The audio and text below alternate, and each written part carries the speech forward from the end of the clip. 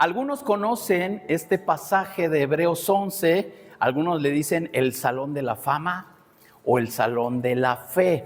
Y precisamente así le puse a esta predicación, el Salón de la Fe. Y bueno, estamos convencidos y ya saben cómo me gusta iniciar, ¿verdad? ¿En qué mundo vivimos hoy? ¿Qué estamos haciendo? ¿Qué es lo que vemos a nuestro alrededor? Porque pareciera que la fe en estos días está en peligro de extinción. Hay muchas cosas que atentan a nuestra fe y tenemos que estar seguros en quién creemos y en qué creemos. Entonces, Hebreos 11 surge como una poderosa voz que llama a una generación a vivir no por vista, sino por fe.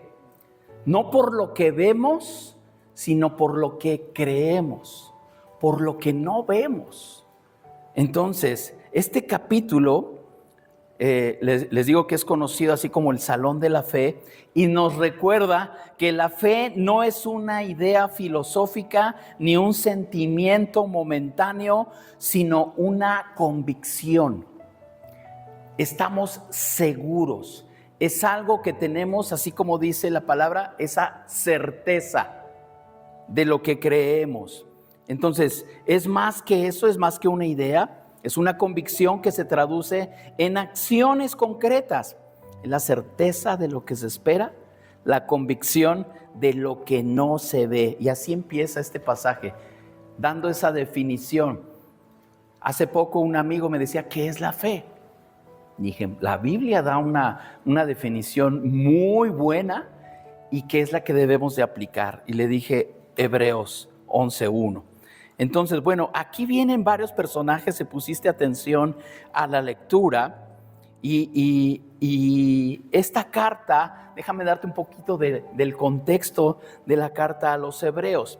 Fue escrita a creyentes judíos que habían recibido el Evangelio, pero que estaban en una intensa presión, persecución, desánimo y tentación de volver a su antigua religión. Entonces eran ya judíos que se habían convertido al cristianismo, pero imagínense esa presión que los estaba ahí empujando a querer volver. Entonces, pues por las mismas presiones, ellos, los que querían volver, querían evitar tal vez ese sufrimiento. Entonces, el propósito del autor en la carta de los Hebreos es afirmar que Jesús es superior, que es superior a los ángeles, que es superior que Moisés, que es mayor que el sacerdocio levítico, más que los sacrificios.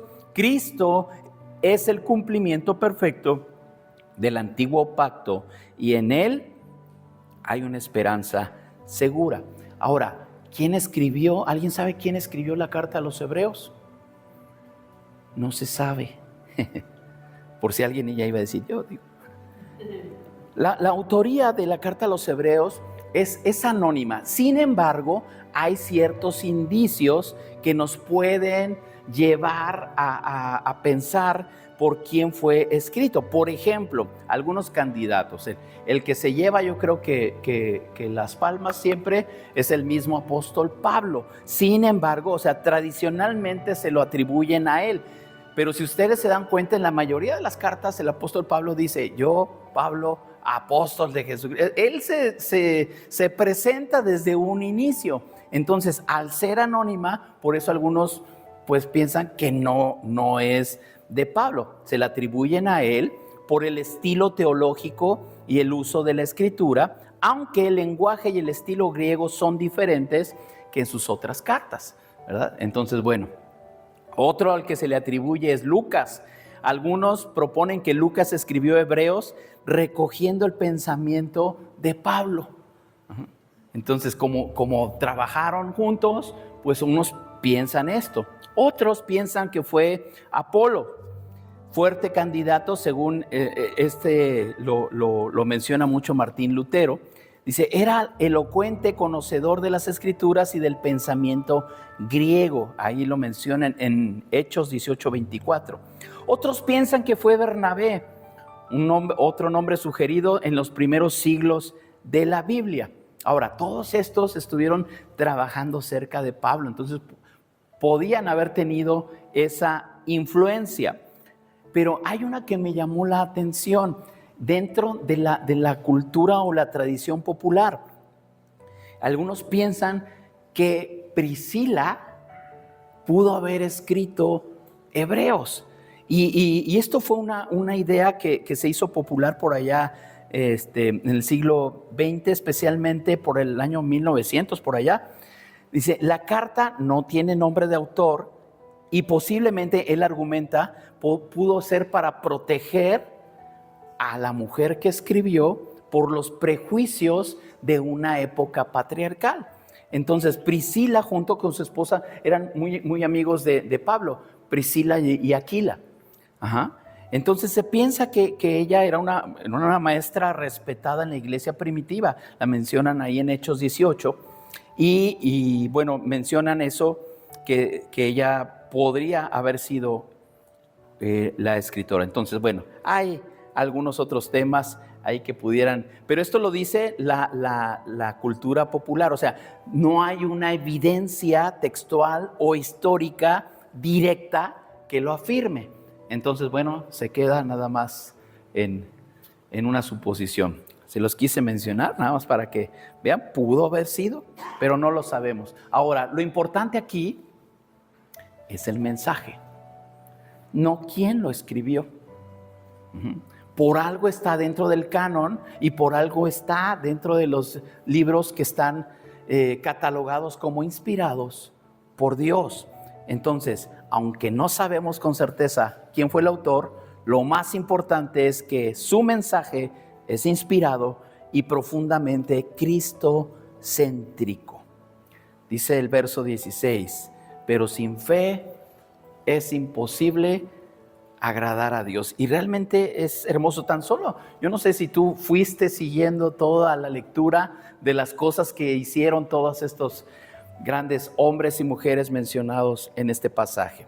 Muy bien, vamos a ver algunos ejemplos y qué nos enseñan o qué nos comparten y qué podemos aprender de ellos.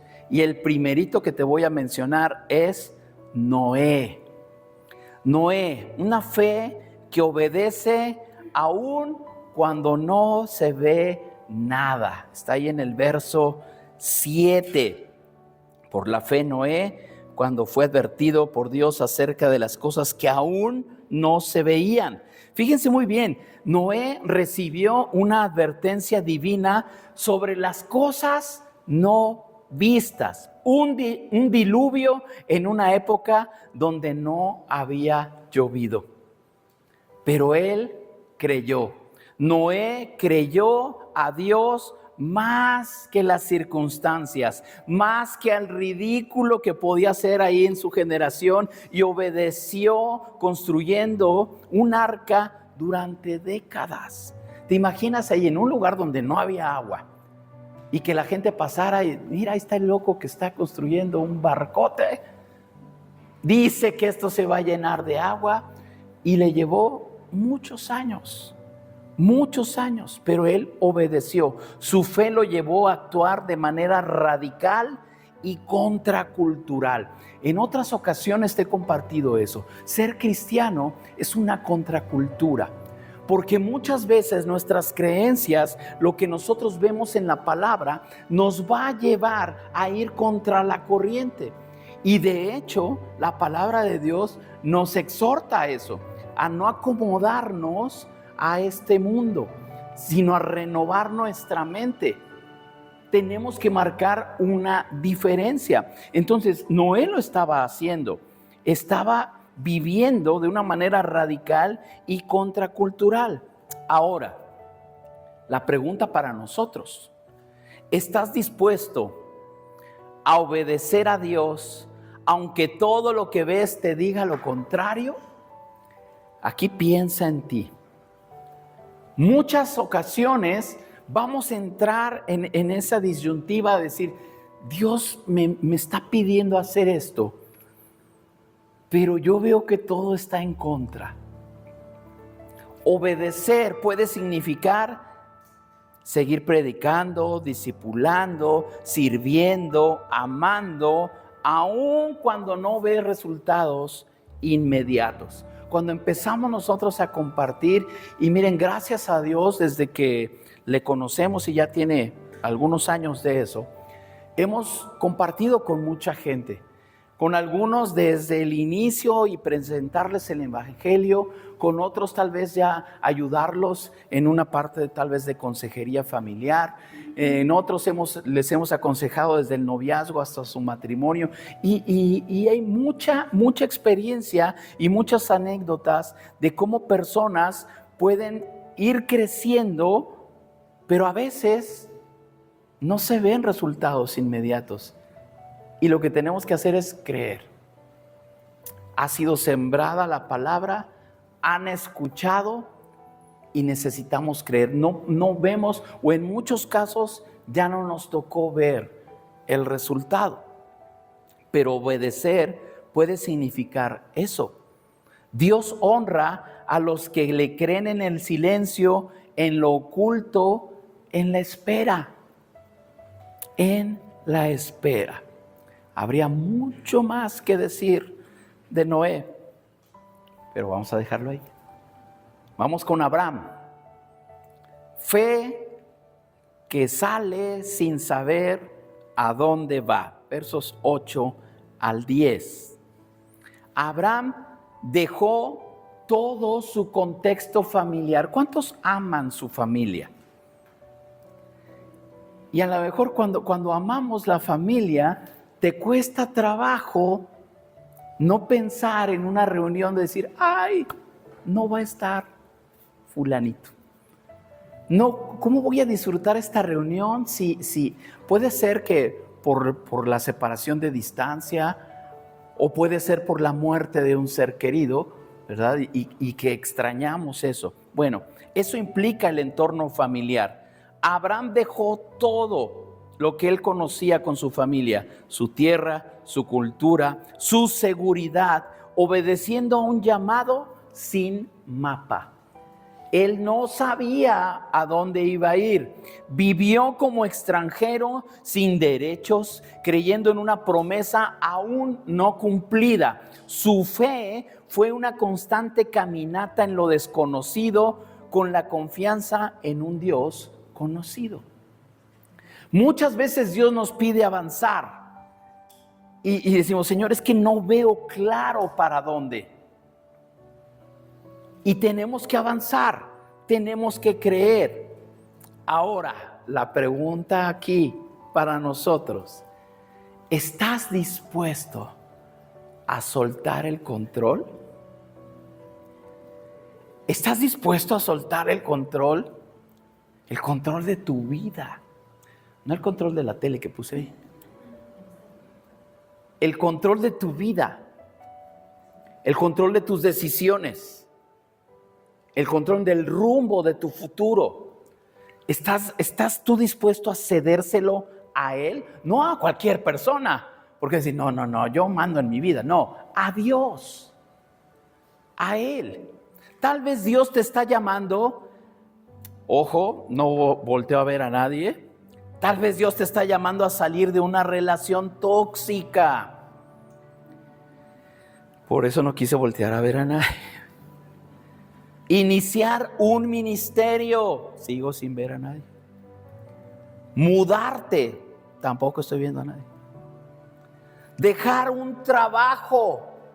Son decisiones que requieren una dependencia total de Dios.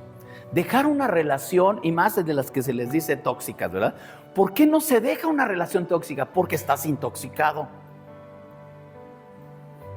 Porque no ves claramente. Uno tiene que estar dispuesto a soltar. Suelta el control de tu vida a Él. Suelta el control. Una relación. Tu comodidad. Tal vez Dios ha llamado a tu vida para levantar un ministerio.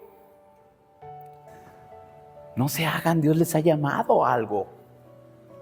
Recuerda a qué te ha llamado, ¿verdad? Y tal vez necesitas dejar esa parte al control de Dios. Cambiar de trabajo, de rutina, hacer ejercicio, alimentarte mejor, todo por tu bien. Tenemos que llevar la fe, nada más teórica, a una fe activa, que nos lleve realmente a tomar decisiones.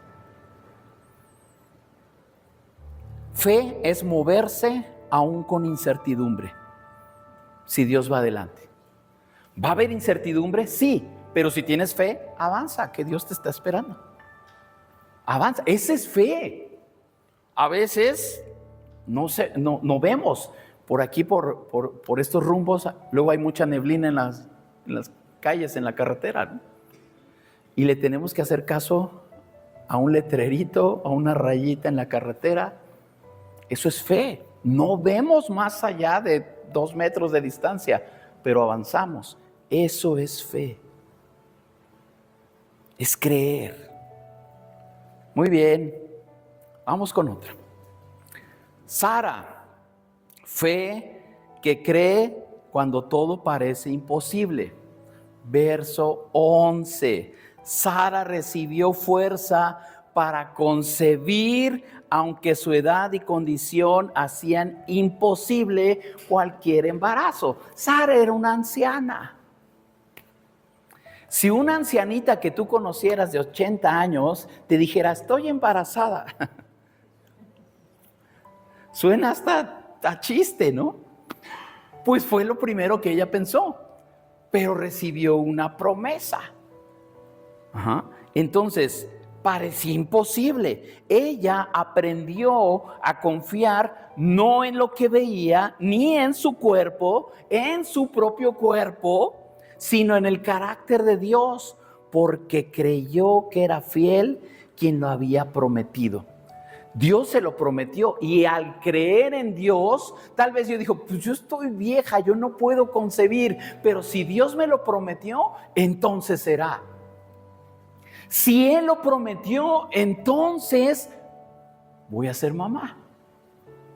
Si Él lo prometió, ¿cuál es tu imposibilidad? ¿Qué es lo que tú estás viendo en ti mismo que tú dices, no es posible, no se va a poder, esto está demasiado complicado? La fe, esta frase me gustó mucho. La fe no niega la realidad. La fe no niega la realidad, pero afirma que Dios puede romperla. ¿Cómo te explico esto? Por ejemplo, para los que desafortunadamente pasan por una etapa de cáncer. La fe no te dice, no hay cáncer. No, dice, sí, el médico ya dijo que es un cáncer, etapa 4, o sea, ya está terminal. Esa es la realidad. Esa es la realidad. La fe no lo niega, ahí está. Pero la fe puede afirmar que Dios puede con ese cáncer. Ahí está el cáncer, ahí están los estudios, allí dice que hay un tumor, pero Dios puede sanarme. Esa es la fe. No niega la realidad de las cosas, de lo que nos está pasando o la situación que estamos viviendo, no niega eso. Porque hay quienes dicen, yo rechazo todo eso, no es cierto, no hay nada. Ahí está. Pero Dios puede con eso. La fe no niega la realidad, pero tiene el poder para vencer todo. Eso es. Confía en el carácter de Dios cuando las probabilidades estén en tu contra. Todo puede apuntar en tu contra, pero Dios tiene la última palabra. Esa es fe. Sí, las circunstancias tal vez se ve medio oscuro el panorama, pero Dios tiene el control de todo. Él puede cambiar cualquier diagnóstico. Él puede sanar a una persona con solo decirlo. Y se hace. pero necesitamos creerlo. Entonces, no niega la realidad, pero afirma que Dios puede romper esa realidad. Dios puede cambiar esa realidad. Él lo puede hacer. Otro ejemplo. Moisés, muy para los cuates. Fe que renuncia a placeres temporales. Fe que renuncia a placeres temporales. Moisés tenía todo el poder y riqueza de Egipto a su alcance. Él vivía bien. Él vivía bien, estaba en la realeza egipcia, pero eligió renunciar a esos placeres del pecado para identificarse con el pueblo oprimido. Su mirada estaba en el galardón eterno, no en el brillo momentáneo del mundo. Ahora, sabemos lo que él hizo por el pueblo. Él estaba en Egipto, pero sale de Egipto y es llamado para liberar al pueblo de Dios. Entonces, hoy que estamos eligiendo, tal vez él dijo, bueno, pues ya salí, ya vi que mi realidad no era ahí, salgo de Egipto, pero de ahí a regresar y hacer el trabajo que Dios le estaba pidiendo, no era nada cómodo. Cuando lo sacaron, ¿cuántos años se pasaron en el desierto? Nada más 40. No ha de haber sido algo cómodo, ¿verdad? Ahora, la pregunta para nosotros. ¿Qué estás eligiendo hoy? ¿Comodidad o compromiso?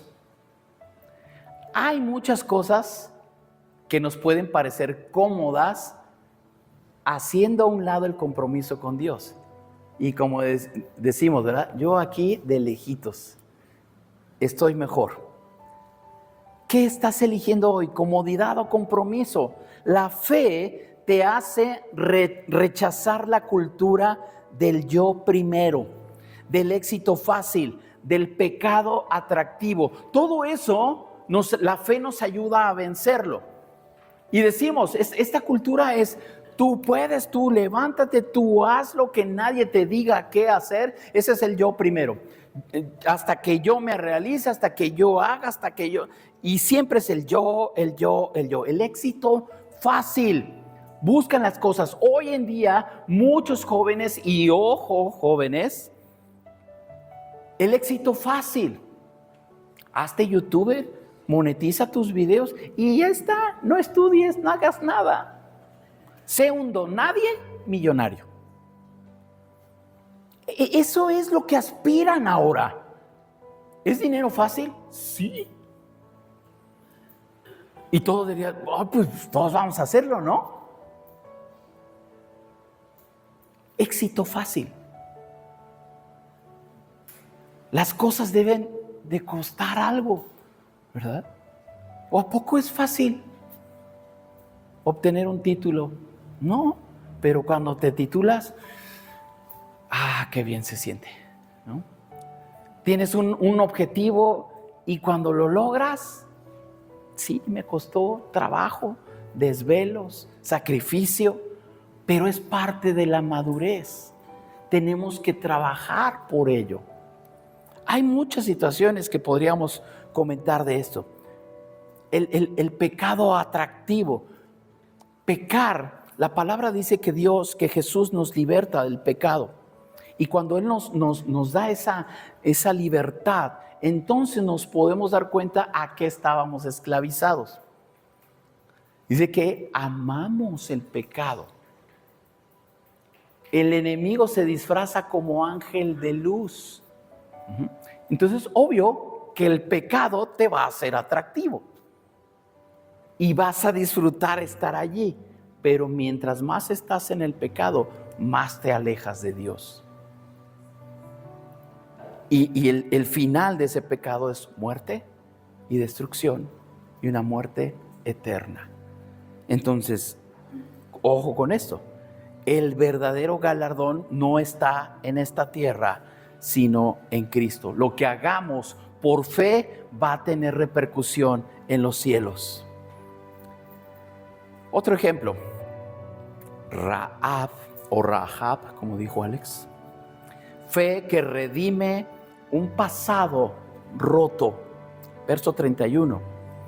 Rahab, una mujer con un pasado manchado. La escritura dice que era prostituta o ramera. Se oye feo esa palabra, pero así dice en la Biblia. Un pasado manchado, pero escuchó de las obras de Dios y actuó con valor. Ella protegió a unos espías, arriesgando su propia vida.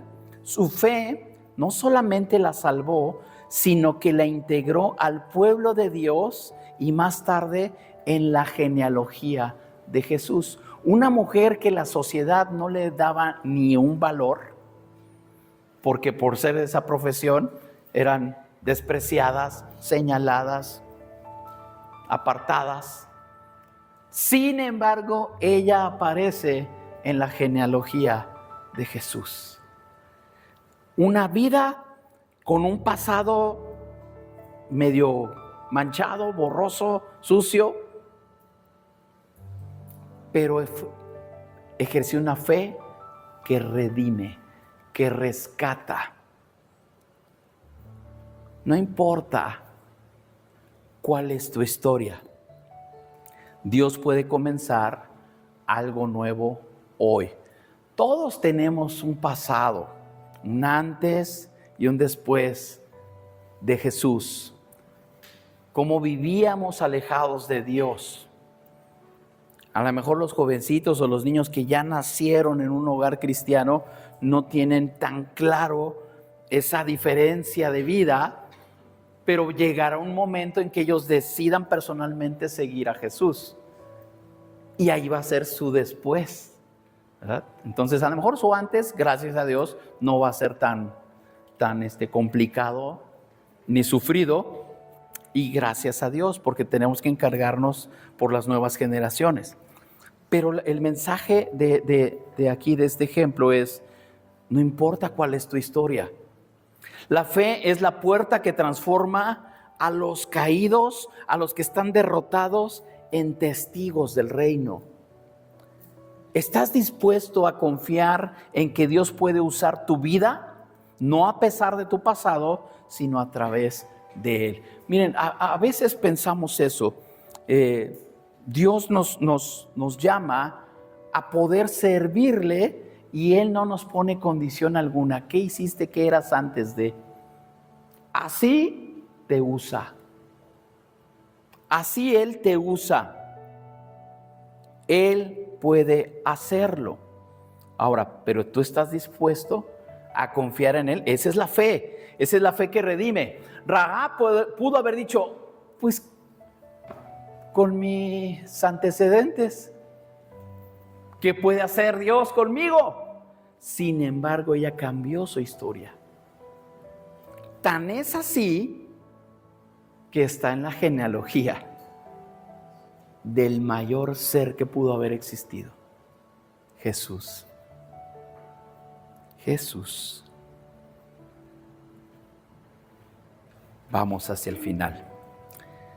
Me llama la atención los últimos 9 versículos de ahí de Hebreos 11.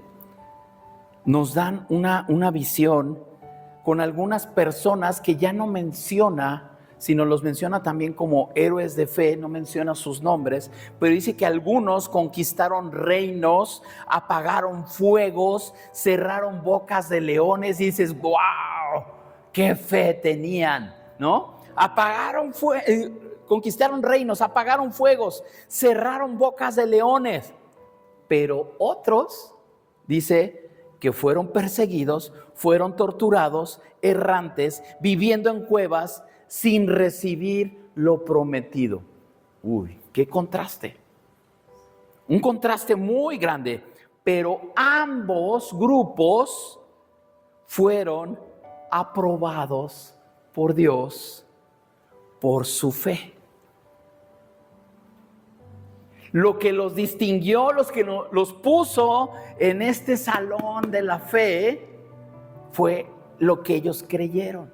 No lo que hicieron, sino porque creyeron. Su fe les bastó para eso. Ahora, aquí podríamos decir, pues sí, está padre conquistar reinos, apagar fuegos. Lo que quiero decir es esto: cada uno enfrenta sus propias luchas. Es que yo creo en Jesús y Él también, pero ¿por qué a Él le va mejor que a mí? Y tendemos a comparar. Si creemos en lo mismo, ¿por qué yo he sufrido más en mi camino como hijo de Dios que otras personas? Porque unos fueron llamados para conquistar reinos, apagar fuegos, cerrar bocas de leones, pero tal vez otros, su fe en medio de la persecución, en medio de su tortura, en medio de su sufrimiento, fue suficiente para alcanzar a otros, porque se mantuvieron firmes.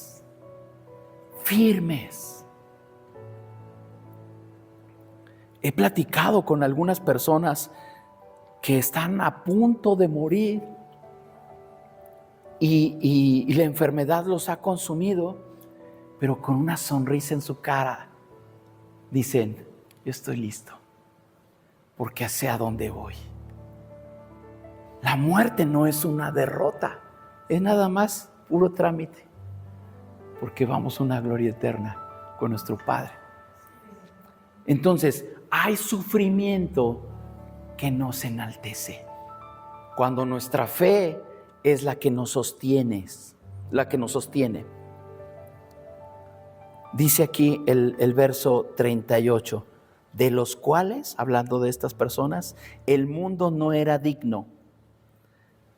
El mundo no era digno. ¿Sabes qué? No somos dignos de este mundo por nuestra fe. Dios nos da una distinción especial. Y si te ha tocado sufrir, si te ha tocado algo difícil, conserva tu fe. Porque en todos esos que dice allí, podemos incluirnos nosotros ahora. Y tal vez pues ya no vamos a salir en el salón de la fe, pero al final Dios nos va a decir: valió la pena. Tu fe yo la comparo con la fe de Abraham. Tu fe yo la comparo con la de Rahab. Tu fe yo la comparo con la de Moisés, porque aprendimos. Para eso nos dejaron la Escritura, para aprender de todas esas personas que nos dieron muestra de su fe. Dios no mide la fe por los resultados visibles, sino por la fidelidad invisible. Tú no necesitas tener el perfil de Abraham o de Moisés, necesitas su fe, no lo que ellos eran, pero podemos imitar su fe.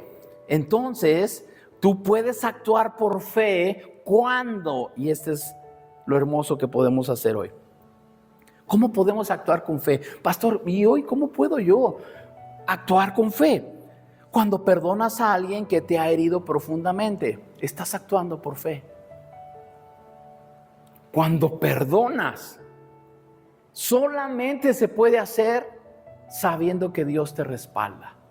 No en tus fuerzas. No en tus fuerzas, porque yo sé que en tus fuerzas quieres estrangular al que te hizo daño.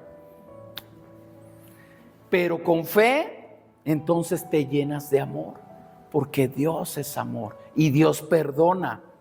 ¿Qué otra cosa? Cuando honras a Dios en tus finanzas, aunque la situación esté crítica. Señor, no tengo mucho, pero yo sé que debo dar. Y Dios te suple toda necesidad de acuerdo a sus riquezas en gloria, porque Él es nuestro proveedor. En la temporada que hace algunos años que me quedé sin trabajo, yo aprendí eso. A mí me aterraba, me daba miedo pensar que no tenía yo cómo o manera de llevar alimento a mi casa, a mis hijos, a mi familia. Y de rodillas lo que aprendí es: Señor, cuando hay trabajo, Él es mi proveedor. Y usa el trabajo para proveer. Pero cuando no hay trabajo, Él sigue siendo mi proveedor. Haya o no haya, mi fe debe ser la misma. Dios, tú provees en mi vida. Entonces, honrar a Dios cuando la situación no está muy cómoda, financieramente hablando, también habla de fe. Ahora, das pasos en un llamado que aún no entiendes del todo. Voy a servir a Dios cuando ya haya entendido, cuando ya haya hecho. Da el paso. Si Dios te está llamando, da el paso de fe. Y perseveras en tu fe aun cuando tu entorno sea hostil. Muchas veces las situaciones no van a estar muy agradables para demostrar tu fe, pero aún en medio de eso, persevera. Hebreos 12:1 continúa diciendo que estamos rodeados por una gran nube de testigos. Ellos no están para ser admirados, sino para recordarnos que si ellos pudieron, si todos los que están aquí pudieron, entonces tú también puedes. Si ellos pudieron, ¿se acuerdan lo que decía Moisés cuando recibió la instrucción de parte de Dios? Moisés, pero yo no puedo hablar. Algunos dicen que era tartamudo, pero él decía que tenía un problema para comunicar, ¿verdad? Vamos a dejarlo en que era tartamudo. Imagínate a alguien, faraón, pues ya de aquí que terminaba de decir, ya el faraón ya se había cansado, ¿no? Pero podrían ser pretextos, ¿no? ¿Por qué? Porque entonces no confiamos en quién nos está mandando a hacer algo, en quién nos respalda, en quién va delante de ti. Y Él te usa como tú estés. Entonces, si ellos pudieron, tú también puedes. Si ellos pudieron, no necesitas hacer las cosas que hizo Moisés, pero si él pudo, tú puedes con lo que estás luchando. Tú puedes con ello. Entonces, porque no caminamos solos, Jesús, el autor y consumador de la fe, va con nosotros. El autor y el consumador de la fe va con nosotros. Se dice que cuando leemos la Biblia, leemos las Escrituras, es el único libro que cuando lo lees, el autor está contigo. El único que cuando lo lees, el autor está ahí. Oye, mira, yo te escribí esto. Esto es para ti. Disfrútalo. Nútrete. Aprende. Vence toda dificultad. Porque si Dios está con nosotros, ¿quién contra nosotros? Eso es fe. Y si has tenido cierto miedo, desconfianza en qué va a pasar el día de mañana, Dios fortalece tu fe. Da el paso. Dios no te va a dejar. Él está contigo. Él te va a guiar en todo momento. Dependes de Él, el autor y consumador de la fe. Por eso creemos, por eso celebramos la Santa Cena, porque sabemos que un día Él prometió y Él dijo que va a volver y lo va a cumplir. Porque si Él dice que nos acompaña donde quiera que estamos, lo cumple y te da muestra de ello. Porque si Él dice que puedes vencer ese gigante que tienes delante de ti, lo puedes vencer. Él es el que nos da esas habilidades. David pudo con un gigantón de casi 3 metros y lo derrotó con su onda y una piedra. David agarró la onda, literal, y supo vencer a ese gigante. Cierra tus ojos, vamos a orar.